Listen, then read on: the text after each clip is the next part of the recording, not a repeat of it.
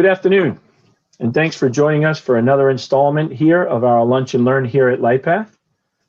Just a few housekeeping items that I'd like to go through for the folks that are on the line here.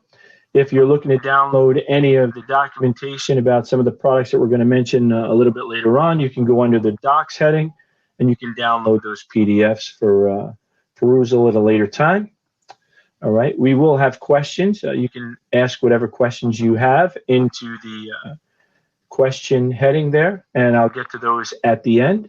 I used to try and do it in between, but my ADHD would kick in, and then before you knew it, well, it was just a mess. So in order to keep myself on point and go forward, we'll answer them at the end. Any questions that we don't get to answer due to time constraints, we have the list of folks that have joined, and if you ask the questions, we'll take those questions and we'll respond back to you after the end of the presentation. All right, today's topic is going to be improving connectivity results with a strategic network partner. And we came up with this idea because we've recently been in I personally have been in a lot of conversations with many of our customers to understand what hurdles they're experiencing, what is their roadmap going forward, and what are some of the challenges that they're facing when trying to identify different products and solutions that are required for their business. So having gone through many of these throughout the years and a lot as of recent, I thought this would be a great topic. So with that, I'm going to go to the next slide and we'll start kicking it off. So as a result of these meetings that I've been in and throughout our history, I thought it made sense to create this kind of hub and spoke type diagram to outline the high level positioning pieces for businesses to utilize when they're looking for that strategic network partner. And at the top, what I always put in is the depth of experience, right? In speaking with many of our customers and our partners, what we have found is that folks are always looking for those organizations and partners and providers that have a long history of providing great products and services, having a very deep portfolio, and a great support organization. Because when you put those three things together, right, it creates a tremendous partnership between the business and the provider. And when you think about that as a whole, that's when you start saying to yourself, all right, the strategic network partner, actually understands our business, understands how we work, what our needs are, what our roadmap is, and then together we facilitate that ability to continue to move forward and be successful and try to get over the hurdles that we're facing, as well as thwart any kind of issues that may come in the future. Now, that doesn't just happen, right? There has to be a level of expertise and innovation. You have to have technical folks that understand it. You have to understand where the marketplace is going. And you have to understand what, again, the customer business requires and needs. And the only way that that happens is going to the other box, is through a consultative approach. If I'm not there with you or on the phone with you, understanding exactly what those hurdles, those issues, the needs, what you're facing each and every day, how can I design, architect, articulate any kind of solution without having that that consultative approach and understanding of how that's all going to work? That's where all of that comes into play. And then there's a component too that is a comprehensive needs analysis or assessment. If we're not asking questions and coming to the table with various different ideas and understanding, again, how your business operates, whether it's workflows, whether it's interactions with other organizations, whether it's actual support objectives, whatever that is, we have to understand it, put it out on the table, good, bad, or indifferent, so that we can understand what the issues are and how to solve for them. And we may have standard products that can support that, but there may be instances where we don't have a product that supports that, but through that needs analysis, that consultative approach, the expertise and innovation, and the depth of experience that we have, solutions can be found, articulated, and implemented and architected if needed be, right? So that we can help you be successful. And that all leads into that ongoing trusted relationship, because then once that conversation happens, that consultative approach is there, and we all agree on this is how we're moving forward, right? That's when the trust between the two organizations is established and continues. And again, it's not always a, hey, let's sit down at the table, figure out a solution, and we go. It may be a phased approach based upon cost, based upon resources, or based upon the roadmap that your organization may be that you may be putting in place for this year, next year, and the year after. So we may have to stretch that solution out as well. But these are the areas that I thought really did a really good job of understanding what is required for a strategic network partner at a high level. Now, in the next few slides, and I'll go to the next one, we start to break it down a little bit more, right? So when we talk about depth of experience, what can we expect as part of that, right? We talk about the tenure of the connectivity in the connectivity business, right? How long have they been around? Like LightPath's been around 30 plus years, right? So we have a large tenure in this space, as well as many other providers. Right? When you talk about are we well respected?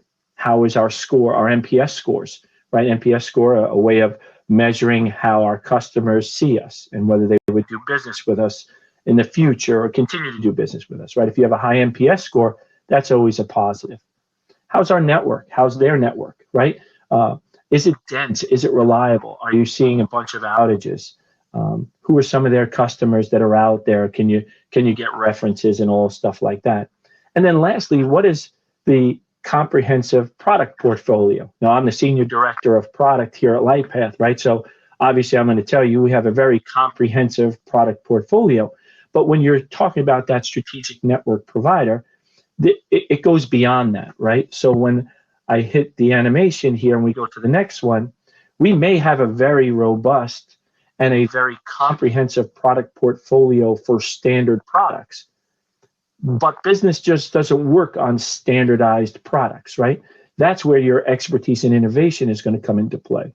And our ability to customize or engineer solutions that are outside of our standard products in order to help that customer be successful. So as you are looking at those various different providers and looking for a strategic network provider, whether it's us or somebody else, you have to make sure that they have both sides of that coin. You want to make sure that they have expert professionals throughout the customer experience. And I think that's really important, because when you start talking about that, it's not just, hey, they have great engineers to design and architect the network. Well, you also have to have folks that can manage the project and manage the install. And let's not forget one of the most important parts. What about the support structure? As we have all experienced, there have been many times where organizations outsource many of those functions, and it's led to nothing but frustration. So when you start talking about a strategic network provider, that's something you really want to get into and understand, right? You want folks to have somebody who's going to walk this order all the way through. You want to make sure that you have folks that can give you standardized products as well as customized solutions. And then you want to make sure you have the support structure behind it so that you're not calling off into Never Land and you get in somebody who's just reading off that chart. Oh, did you do this? Did you check did you reboot, right? Nothing's more frustrating than that. And then at the end of the day, right, there has to be flexible and technologically prudent solutions. Because let's not forget, the most important aspect of any business, I should say the most costly aspect of any business, is usually resources, right, or folks that are working for you. So the last thing you want to do is direct them in areas or places that are not going to be functionally advantageous to your business. So, for example, if we put an SD-WAN solution out there and we give you every feature under the sun, but you only have one person that can actually support that infrastructure, and that person goes to training, or that person goes, and you need to make changes right away, well, then whatever solution that's been put in place, if there's no backup to that person, then that isn't really a prudent solution. Whereas if you're with a strategic network provider and you lay that out as part of your needs analysis, and you say, hey, listen, we only have one IT person. Do you perform these tasks if we were to call into your NOC or whatever?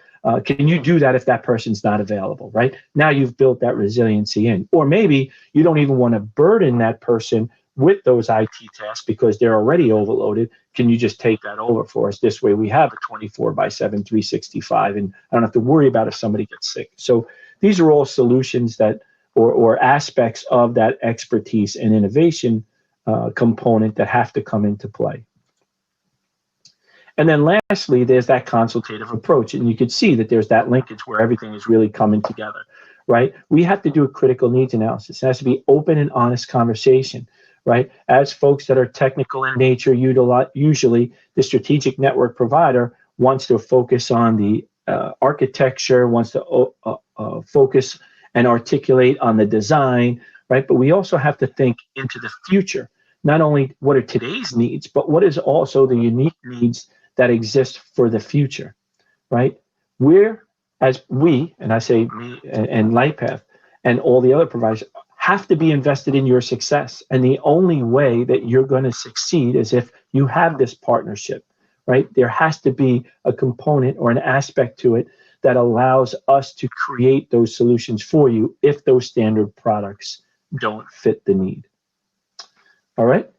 So that's the next level down. And then what I will do is I'll go to the next slide. And what I tried to do here was take all of the previous spoken about aspects of those needs and put them into three components. One is really the needs that you need to consider when interfacing with that strategic network partner, looking at possible or potential solutions. And what I've done here is taken the liberty of putting the LightPath solutions for those needs to consider so that you can see the linkages and then tie it to the verticals that apply to the potential solutions with the needs. And again, this is just my view at this point, just to show you the linkages of how and why we do what we do. So when you think about resiliency and uptime, right, some of the questions you want to ask, right? Is downtime not an option? Do you have to have full-time resiliency? And when we think about that, we have to think about not just for you, but also for maintenance on the network that the strategic network provider provides, right? Not everything can stay up 100% all the time, but if we've built out fully resilient architectures for you, if that is what your need is, then we could swing from one side over to the other without any outages and then do whatever maintenance on that side. Or you could do maintenance on your gear while we swing it over to the other side. So it works kind of both ways, right? And then you have to articulate how much downtime is really acceptable for you and your organization so that that partner understands that and can design appropriately. And then what do you have the need for today? And then what needs do you have for the future? For example, I could tell you that probably about 5 years ago, the number one selling bandwidth for an internet circuit in the industry was probably about 100 meg, right? 100 to 300 meg. Now it's starting to reach it's at 1 gig and it's starting to touch upon 10 gig. So knowing that bandwidth, right, and Moore's law, basically the more you use, the more you need, you're going to see that in the next 5 years, it's going to be 100 gig, 400 gig, 800 gig. And we have that now in anticipation of that. And other providers need to be able to do the same thing. But as you're starting to poll these folks, make sure that you have that into your overall assessment. And then when you look at the potential solutions, I think we talked about resiliency, right? 100% diverse fibers, right, from other providers.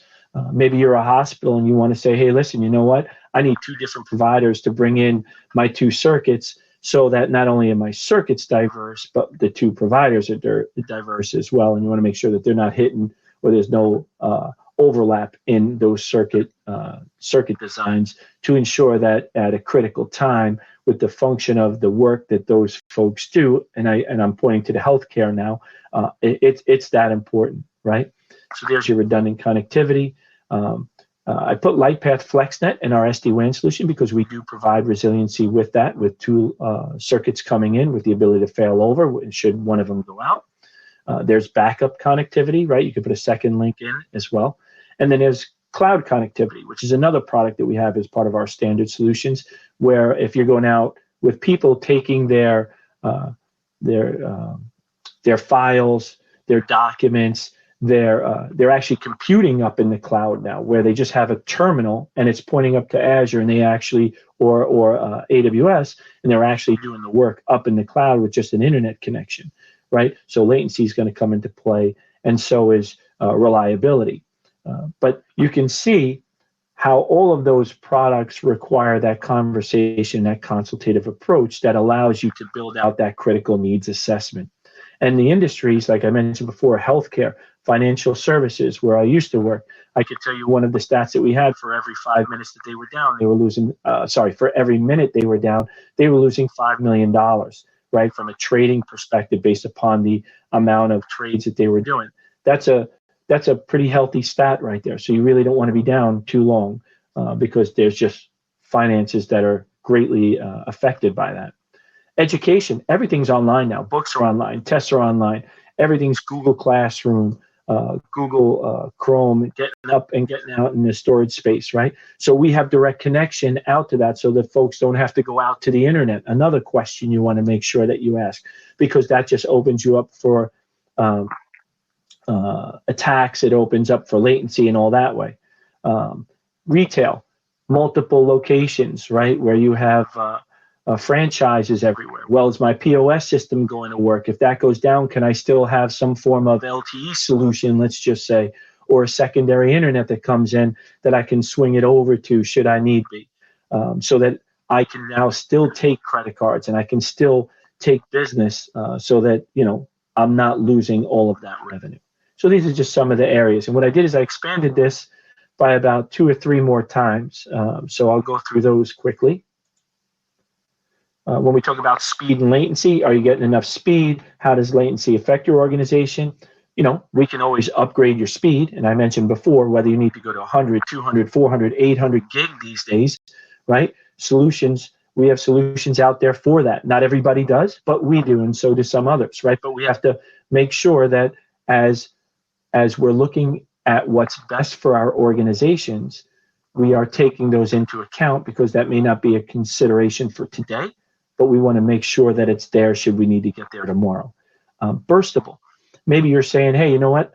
I really don't want to buy a 10 gig circuit. I'm only using 5. Okay, well, let's buy a 5 gig circuit, but we'll make it burstable with a burstable component that allows my committed information rate to be, or CIR, to be 5 gig, and then have an extended information rate up to 10 gig, right? And then you only pay by the meg for whatever it is that you go over. And then if that continues to happen, you can always upgrade that circuit based upon historical analysis that you're seeing in the way that your circuit is performing.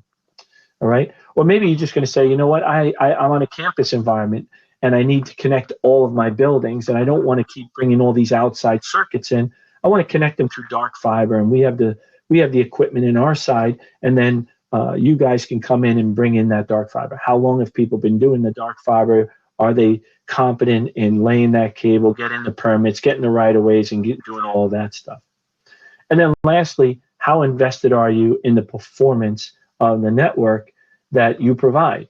Well, do you have a proactive monitoring advance like we do, right? Where, hey, if a circuit goes down and you're part of the teams that have this solution, well, then our systems identify the up-down scenario, let's just say, or condition, and we automatically let you know, hey, we saw this, we're on it, we'll let you know when it's fixed. This way you don't have to take time out of your busy day, right? Because it's already failed over to the other side, hopefully, if there's resiliency in place. And we see that that's happening, we're going to take care of it, and then the next notice you get from us is, hey, we're working on it, it's done, it's fixed or not, right? And the 3 areas that we see that are most affected by these solutions, again, is healthcare, financial services, and education. And you're going to see that kind of pushed through this slide, because that's really most of the organizations that are out there in the medium to enterprise realm. Security. And as you're all aware, security is a huge vernacular today in the networking world. And when you're trying to find that strategic network provider, they better have something like that in their portfolio, because I can tell you that would probably just kill the deal right then and there, right? And they better have really good expertise and innovation involved in that. Because while the connectivity is the core, the ability to protect it is a critical need, right? So if there are breaches out there, or what is your security appetite or risk aversion, right? So that you can understand what other avenues or other products and services that have to be tied to your connectivity products that you're looking for to ensure that you have the full gamut of protection, whether it's multi-site VPNs, right? Whether it's distributed denial of service protection, DDoS protection, whether there's managed firewalls out there, and obviously content filtering to protect folks from hitting various different locations that they on the web that they should not be hitting. And again, the same applies to those various different industries, but then you'll see I put everyone, because if you're not thinking about security and you're not thinking about protecting yourself, then you're just opening yourself up for a disaster. And then finally, cost, which is large, right?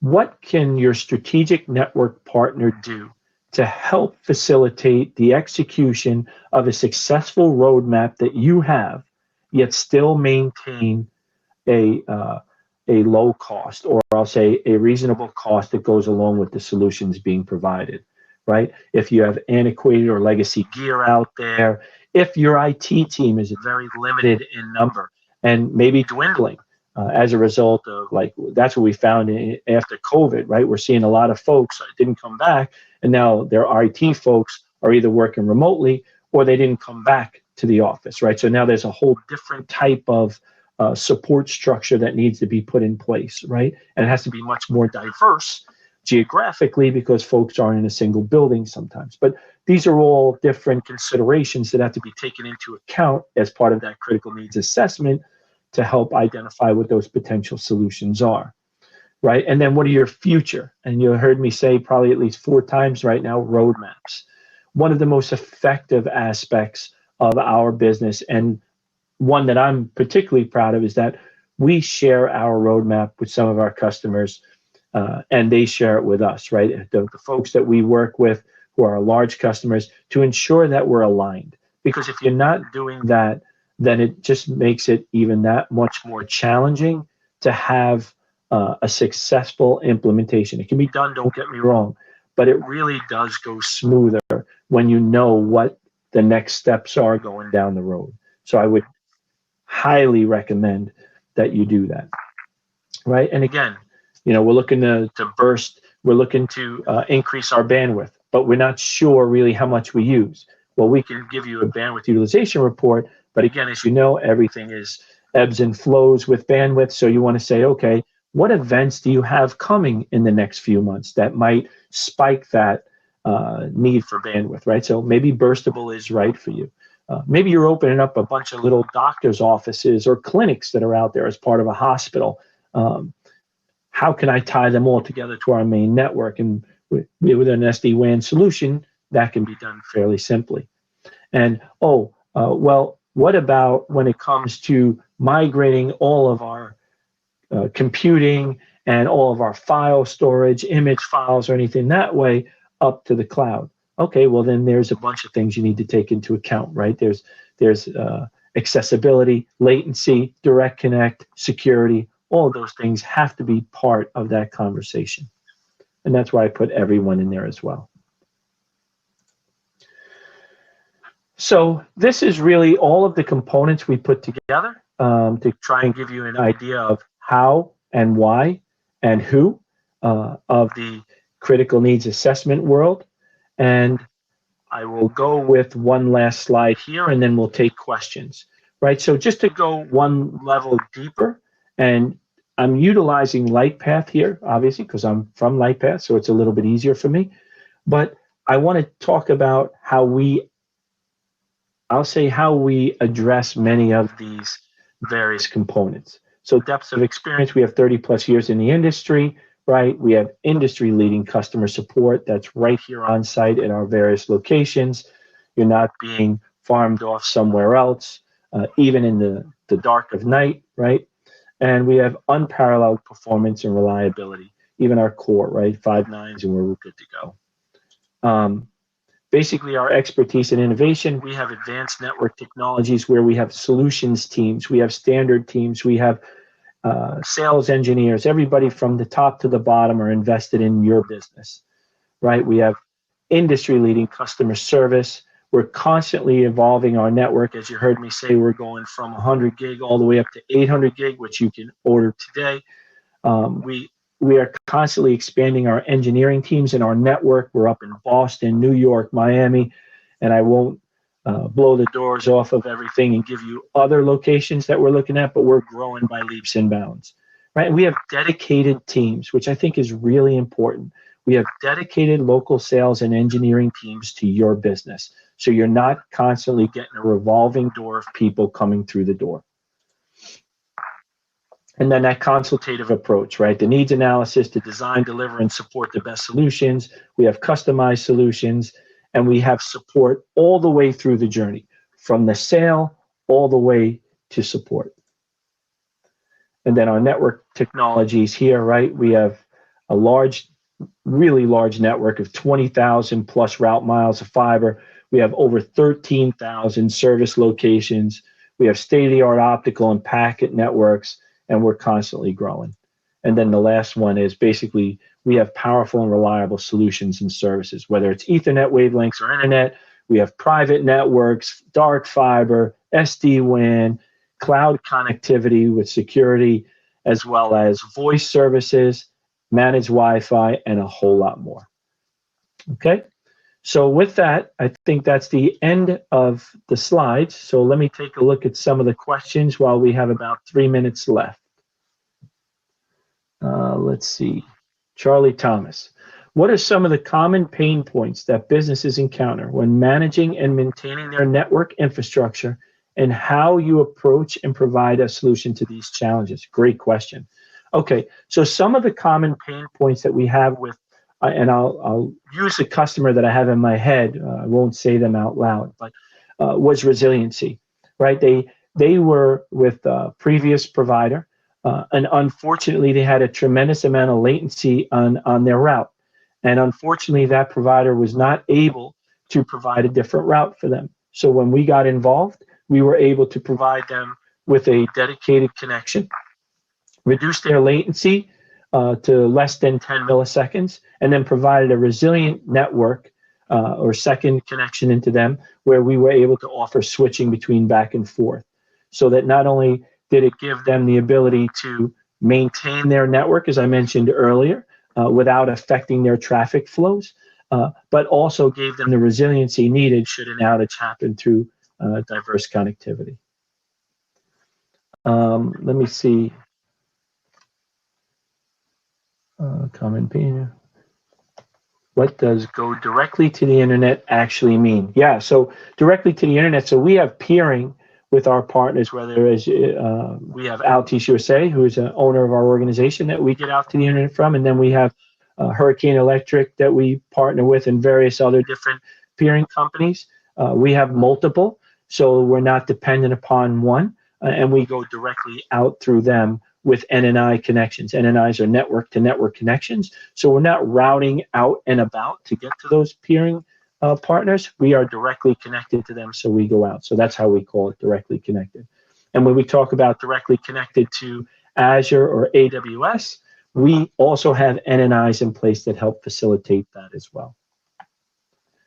Okay, I think we're right at the bottom of the hour. So what I'm going to do now is I'm going to get a list of all the Q&A. I will send out the answers to those questions. You'll get that directly. I want to thank you all for joining. This went kind of fast, so I apologize.